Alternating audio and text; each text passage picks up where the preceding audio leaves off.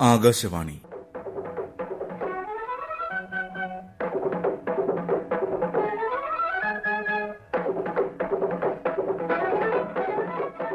തിരുവനന്തപുരം പ്രാദേശിക വാർത്താ വിഭാഗം അവതരിപ്പിക്കുന്ന വാർത്താ തരംഗിണി.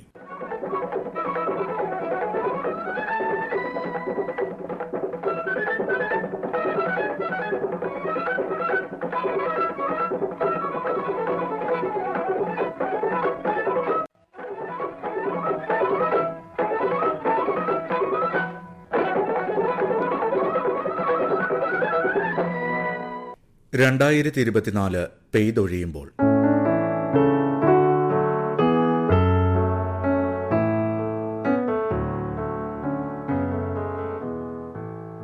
ഒരു വർഷം കൂടി അവസാനിക്കുകയാണ്. കലണ്ടറിലെ അവസാന മാസത്തിലെ അവസാന ദിവസങ്ങളിലൂടെയാണ് നാം കടന്നുപോകുന്നത്. പുതുമണം പേറുന്ന കലണ്ടറുകളും ഡയറിയും നമ്മുടെ മേശകളിൽ അവരുടെ ഊഴം കാത്ത് അക്ഷമരായി കിടക്കുകയാണ്. പുതുവർഷം പുതുനന്മകളും സമൃദ്ധിയും കൊണ്ടുവരുമെന്ന പ്രതീക്ഷയിലാണ് നാടും നാട്ടുകാരും.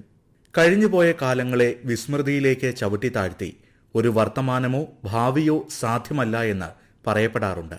അതുപോലെ തന്നെ വരും വർഷം നിറവിന്റെ പൊലിമയുടെ ഒരു കാലമാകണമെങ്കിൽ ഇക്കഴിഞ്ഞ വർഷത്തെ വലുതും ചെറുതുമായ കാര്യങ്ങളെ നാം ഓർത്തെടുക്കുകയും അതിൽ നിന്നും പാഠം ഉൾക്കൊള്ളുകയും വേണം. വർഷത്തിന്റെ ഈ അവസാന ദിനങ്ങൾ അതിനുള്ള അവസരമായി ഉപയോഗപ്പെടുത്താനാകണം നാം ഓരോരുത്തരും ശ്രമിക്കേണ്ടത്. രാഷ്ട്രീയം, സാമ്പത്തികം, കല, കാലാവസ്ഥ, സിനിമ തുടങ്ങി എല്ലാ മേഖലകളിലും വലിയ മാറ്റങ്ങൾക്ക് വഴി തുറന്ന നാം ഏറെ പാഠങ്ങൾ പഠിച്ച ഒരു വർഷമാണ് കടന്നുപോകുന്നത്. കുഴിവെട്ടി മൂടുക വേദനകൾ, കുതികൊള്ളുക ശക്തിയിലേക്ക് നമ്മൾ എന്ന കവിവാക്യത്തിന്റെ തണലിൽ നിന്നുകൊണ്ട് പുതിയ വർഷത്തെ വരവേൽക്കാൻ ഒരുങ്ങുന്ന നാം കഴിഞ്ഞ വർഷത്തെ പ്രധാന സംഭവങ്ങൾ, നേട്ടങ്ങൾ, വേർപാടുകൾ എന്നിവ ഓർത്തെടുക്കാൻ ശ്രമിക്കുന്നതാകട്ടെ വരും വർഷത്തെ കൂടുതൽ മനോഹരമാക്കുകയും ചെയ്യും. ഈ വർഷം മാർച്ചിൽ അവസാനിച്ച സാമ്പത്തിക വർഷത്തിൽ 46.7 മില്യൺ തൊഴിലവസരങ്ങളാണ് നമ്മുടെ രാജ്യത്ത് സൃഷ്ടിക്കപ്പെട്ടത്. കാർഷിക അനുബന്ധ മേഖലകളിൽ ലഭ്യമാക്കിയ വായ്പകളിലും മികച്ച വളർച്ചയാണ് നമ്മുടെ രാജ്യം സ്വന്തമാക്കിയിട്ടുള്ളത്. 2024 ജൂലൈയിൽ ഈ മേഖലയിൽ 18.1% വളർച്ചയാണ് രാജ്യം നേടിയത്.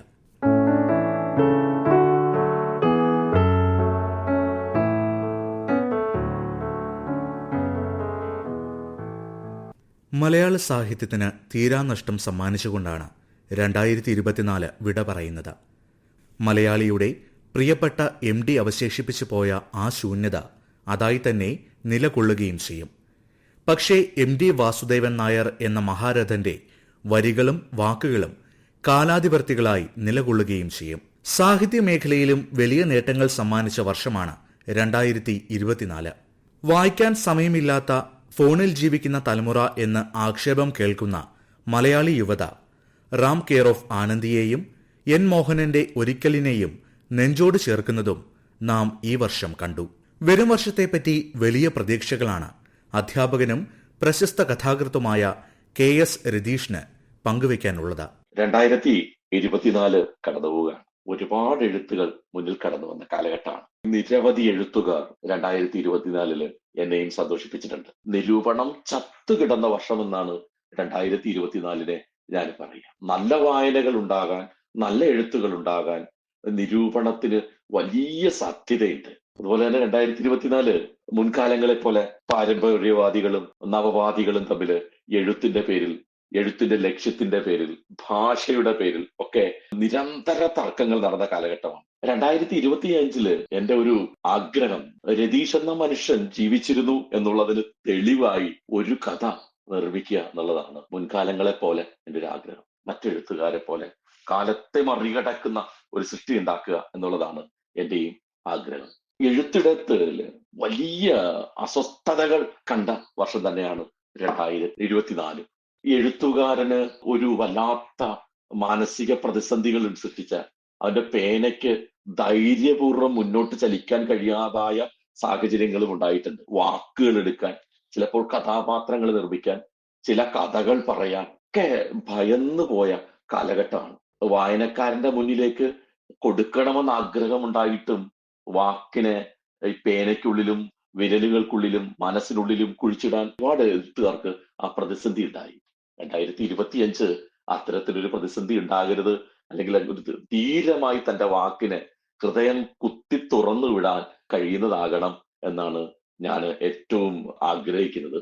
വായനാ സമൂഹവും ഒരല്പം ജാഗ്രത പുലർത്തണം എന്നുള്ളതാണ്. സോഷ്യൽ മീഡിയയിലെ പൊലിപ്പീരുകളുകളും മദ്യക്കുപ്പി കമ്പനികളും കോക്കസ് ഗ്രൂപ്പുകളും സൃഷ്ടിക്കുന്ന പ്രഭാവത്തിനപ്പുറത്ത് വായന അല്ലെങ്കിൽ എഴുത്തിൽ ജാഗ്രതയോടിരിക്കുന്ന മനുഷ്യരെ കണ്ടെത്താൻ വായനാ സമൂഹത്തിന് 2025 കഴിയണം എന്നൊരു നിർദ്ദേശം കൂടെ എനിക്കുണ്ട്.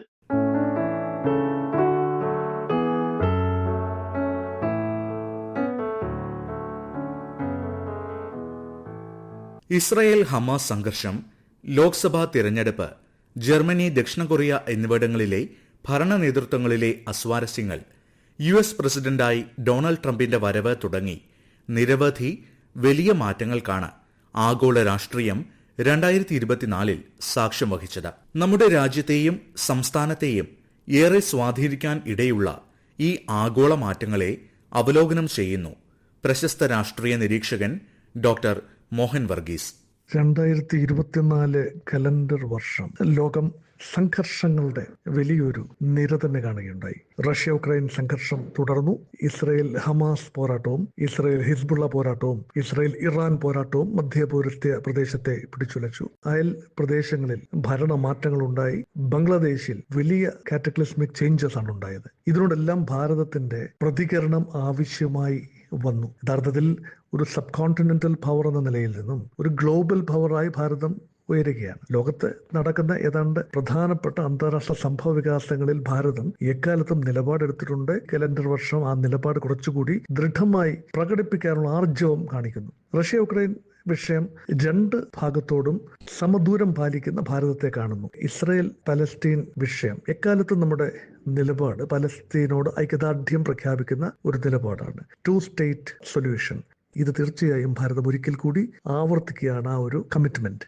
നമ്മുടെ നയതന്ത്രത്തിന് വ്യക്തമായ ഒരു ഗതി സൂചകം നമ്മൾ കാണുകയാണ്. ഉക്രൈൻ റഷ്യ വിഷയത്തിലും അറബ് ഇസ്രായേൽ വിഷയത്തിലും ഇന്ത്യ സമാധാനത്തിന്റെ പക്ഷത്താണ് എന്ന് ഉറക്കെ പ്രഖ്യാപിക്കുന്ന പ്രധാനമന്ത്രിയെ നമ്മൾ കാണുന്നു. ശ്രീലങ്കയിലെ ഭരണമാറ്റം 2024 വർഷത്തിന്റെ പ്രത്യേകതയാണ്. ഒരു ഇടതുപക്ഷ ചായ്വുള്ള അനുര ദിസനായിക അധികാരമേറ്റെടുക്കുകയാണ്. ശ്രീലങ്കയുമായും ഉള്ള ബന്ധം മെച്ചപ്പെടുത്തിയെടുക്കാനുള്ള കഠിനമായ ശ്രമങ്ങളിലാണ് ഭാരതം. ലോകത്ത് മറ്റ് ഇടങ്ങളിൽ നടക്കുന്ന മനുഷ്യാവകാശ ലംഘനങ്ങൾ, അതേക്കുറിച്ച് ഭാരതം ശക്തമായ നിലപാടെടുക്കുന്നു. ഐക്യരാഷ്ട്ര സംഘടനയിൽ ഇന്ത്യ എടുത്ത നിലപാടുകൾ അതിനുള്ള ഉദാഹരണങ്ങളാണ്. ഭാരതത്തെ സംബന്ധിച്ചിടത്തോളം 2024 പ്രത്യേകിച്ചും വിദേശ നയത്തിന്റെ കാര്യത്തിൽ ഓർമ്മിക്കാനാവുന്ന ഒരു പിടി സംഭവങ്ങൾ സംഭാവന ചെയ്തിരിക്കുന്നു.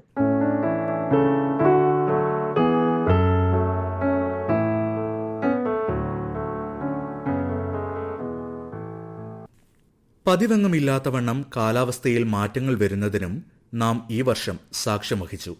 അതികഠിനമായ ചൂടും കാലം തെറ്റി പെയ്യുന്ന മഴയും ഒപ്പം മലയാളി മറക്കാൻ ആഗ്രഹിക്കുന്ന വയനാട് ദുരന്തവുമൊക്കെ വന്നുപോയ ഒരു വർഷമാണ് ഇക്കഴിയുന്നത്.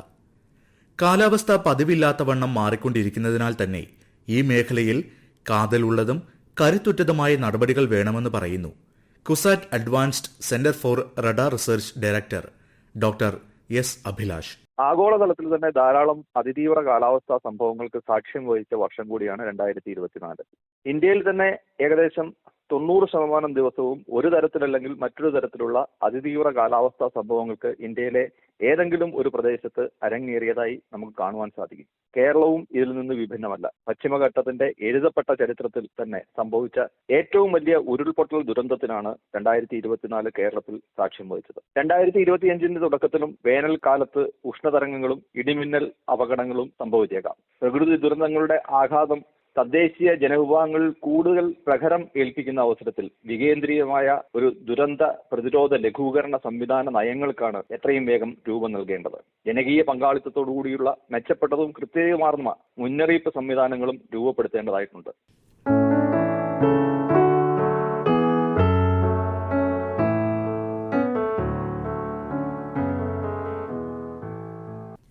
ഒരു സമൂഹത്തിന്റെ പുരോഗതിയെ അളക്കാൻ സാധിക്കുന്നത് അന്നാട്ടിൽ സ്ത്രീകൾ എങ്ങനെ സ്വീകരിക്കപ്പെടുന്നു എന്നതിനെ അടിസ്ഥാനമാക്കിയാണെന്ന് പറഞ്ഞത് ഭരണഘടനാ ശില്പി ഡോക്ടർ BR അംബേദ്കറാണ്. ജെൻഡർ അടിസ്ഥാനത്തിൽ ജോലികൾ നിശ്ചയിക്കപ്പെട്ടിരുന്ന ഒരു വ്യവസ്ഥിതിയിൽ നിന്നും ഡ്രൈവിംഗ്, ബിസിനസ് അടക്കം പുരുഷന്മാർക്കായി സംവരണം ചെയ്യപ്പെട്ടിരിക്കുന്ന മേഖലകളിലേക്ക് സ്ത്രീകൾ കടന്നുവരുന്നതും അതിനാൽ തന്നെ മനോഹരമായ ഒരു കാഴ്ചയാണ്. വനിതാ സംരംഭകരെ എന്നും ചേർത്ത് പിടിക്കുന്ന നിലപാടാണ് കേന്ദ്ര സംസ്ഥാന സർക്കാരുകൾ സ്വീകരിച്ചു വരുന്നത്.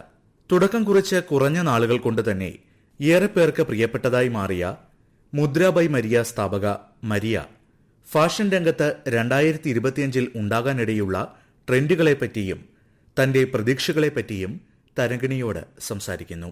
ഒരു സ്ത്രീ സംരംഭക എന്ന നിലയിൽ 2024 ശരിക്കും ഒരു ഏറ്റക്കുറച്ചിലുകളുടെ ഒരു വർഷമായിരുന്നു. ഇൻസ്റ്റഗ്രാം പോലെയുള്ള സാമൂഹ്യ മാധ്യമങ്ങൾ ഫാഷൻ ട്രെൻഡുകളെ നന്നായിട്ട് സ്വാധീനിച്ചിരിക്കുന്നതുകൊണ്ട് തന്നെ കണ്ണിറച്ചുറക്കുന്ന വേഗത്തിലാണ് ട്രെൻഡുകൾ മാറി മറിയുന്നത്. അതുപോലെ എനിക്ക് തോന്നിയിട്ടുള്ളത് ആളുകളുടെ എക്സ്പെക്ടേഷൻസ് മീറ്റ് ചെയ്ത് എത്രയും പെട്ടെന്ന് ക്വാളിറ്റി പ്രൊഡക്ട്സ് അവർക്ക് കൊടുക്കാൻ സാധിച്ചാൽ കസ്റ്റമർ കൂടെ നിൽക്കും എന്നുള്ളതാണ്. 2025 ട്രെൻഡ് മാറി മറിയും എന്നതിൽ സംശയമൊന്നുമില്ല. സെലിബ്രിറ്റി വെഡിങ്ങും ഒരു റെഫറൻസ് ആയി വെച്ചുകൊണ്ടാണ് ഇപ്പം ഒരുവിധപ്പെട്ടവരെല്ലാവരും വെഡിങ് ഡ്രസ്സ് ഡിസൈൻ ചെയ്യാനായിട്ടൊക്കെ വരുന്നത്. ഒരു സ്ത്രീ സംരംഭക എന്ന നിലയിൽ നോക്കുകയാണെങ്കിൽ സമൂഹം തരുന്ന സപ്പോർട്ടും ഉണ്ട്, അതുപോലെ തന്നെ ബുദ്ധിമുട്ടുകളും ഉണ്ട്. ഒരുപാട് പേര് കൂടെ നിന്ന് പല കാര്യങ്ങൾക്കും സപ്പോർട്ട് ചെയ്യാറുണ്ട്, ഒരുപാട് സഹായങ്ങൾ ചെയ്തു തരാറുണ്ട്. പക്ഷെ കുറച്ചു പേരെങ്കിലും സ്റ്റോറൊക്കെ അടയ്ക്കാനായിട്ട് ക്ലോസ് ചെയ്യാൻ ഇച്ചിരി ലേറ്റ് ആയാൽ ആൾക്കാർ നമ്മളെ നോക്കി കാണുന്നത്, അവർ നമ്മളെ കാണുന്ന ഒരു രീതി ഭയങ്കര മോശമാണ്. ഒറ്റയ്ക്കുള്ള ഒരു സ്ത്രീ ആണെങ്കിൽ പിന്നെ പറയുകയും വേണ്ട. ഈ ഒരു ആറ്റിറ്റ്യൂഡ് മാറണം എന്ന് എനിക്ക് തോന്നിയിട്ടുണ്ട്. ഗവൺമെന്റിന്റെ ലോൺ സ്കീംസ് ഒക്കെ ഒരുപാടുണ്ടെങ്കിലും ഇത് ലഭിക്കാനായിട്ട് ഉള്ള ഒരു ഡിലേ എന്ന് പറയുന്നത് ഒത്തിരി കൂടുതലാണ്. ഇപ്പൊ 2025 ബിസിനസിന് സപ്പോർട്ട് ചെയ്യുന്ന ഒരു അന്തരീക്ഷം ഉണ്ടാകും, സൊസൈറ്റിയുടെ ഭാഗത്തു നിന്നായാലും ഫേവറബിൾ ആയിട്ടുള്ള ഒരു അന്തരീക്ഷം ഉണ്ടാകും എന്നൊരു ശുഭപ്രതീക്ഷയിലാണ് മുന്നോട്ട് പോകുന്നത്.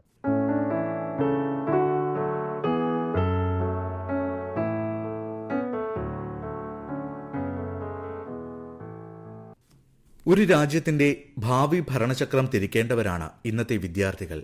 അതുകൊണ്ടുതന്നെ ഈ കാലത്തെയും വരും കാലത്തെയും പറ്റി കൃത്യമായ നിരീക്ഷണവും നിഗമനവും നടത്താനും അവർ ശ്രദ്ധിക്കുന്നുണ്ട്. എന്നാൽ മുതിർന്നവർ എന്ന നിലയിൽ അവർ അർഹിക്കുന്ന അവസരങ്ങൾ നൽകാനും അവരെ ചേർത്ത് പിടിക്കാനും നമുക്ക് കഴിയാറുണ്ടോ?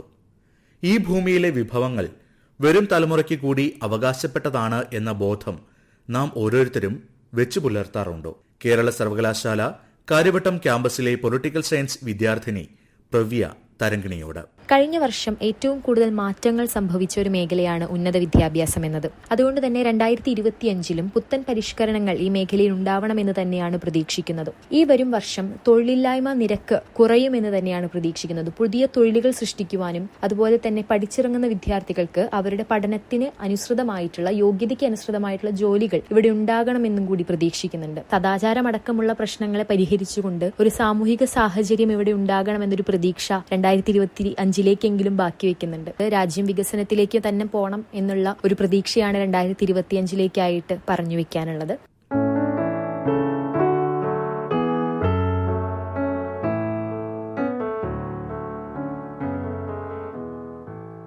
ആയിരത്തി 1989 പുറത്തിറങ്ങിയ ഡെഡ് പോയറ്റ് സൊസൈറ്റി എന്ന സിനിമയിൽ റോബിൻ വില്യംസിന്റെ അതിപ്രശസ്തമായ ഒരു സംഭാഷണ രംഗമുണ്ട്. കാർപെ ഡിയം, ഈ നിമിഷം, ഈ ദിവസം പൂർണ്ണമായി ജീവിക്കുക. പുതുവർഷത്തെ വരവേൽക്കാനൊരുക്കുന്ന നമുക്കും പ്രയോഗിച്ചു നോക്കാവുന്ന ഒന്നാണ് അത്. ഇന്നലകളിലെ തെറ്റുകളെ ഓർത്ത് പരിതപിക്കാതെ, നാളെ ഓർത്ത് ആകുലപ്പെടാതെ ഇന്ന് മനോഹരമായി ജീവിക്കുക. ഈ നിമിഷം, ഈ സെക്കൻഡ് നാം ആയിരിക്കുന്ന അവസ്ഥയിൽ ശ്രദ്ധ കേന്ദ്രീകരിക്കാനും അത് പരമാവധി പ്രയോജനപ്പെടുത്താനും കഴിഞ്ഞാൽ 2025 നമുക്ക് അത്ഭുതങ്ങളുടേതായി മാറുമെന്ന് ഉറപ്പാണ്. എല്ലാ പ്രിയപ്പെട്ടവർക്കും പുതുവത്സര ആശംസകൾ.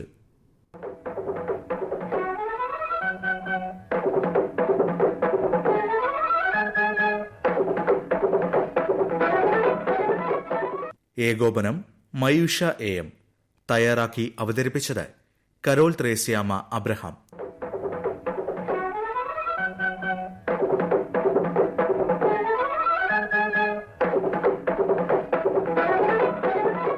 വാർത്താ തരംഗിണി ഇനി വ്യാഴാഴ്ച രാവിലെ 9.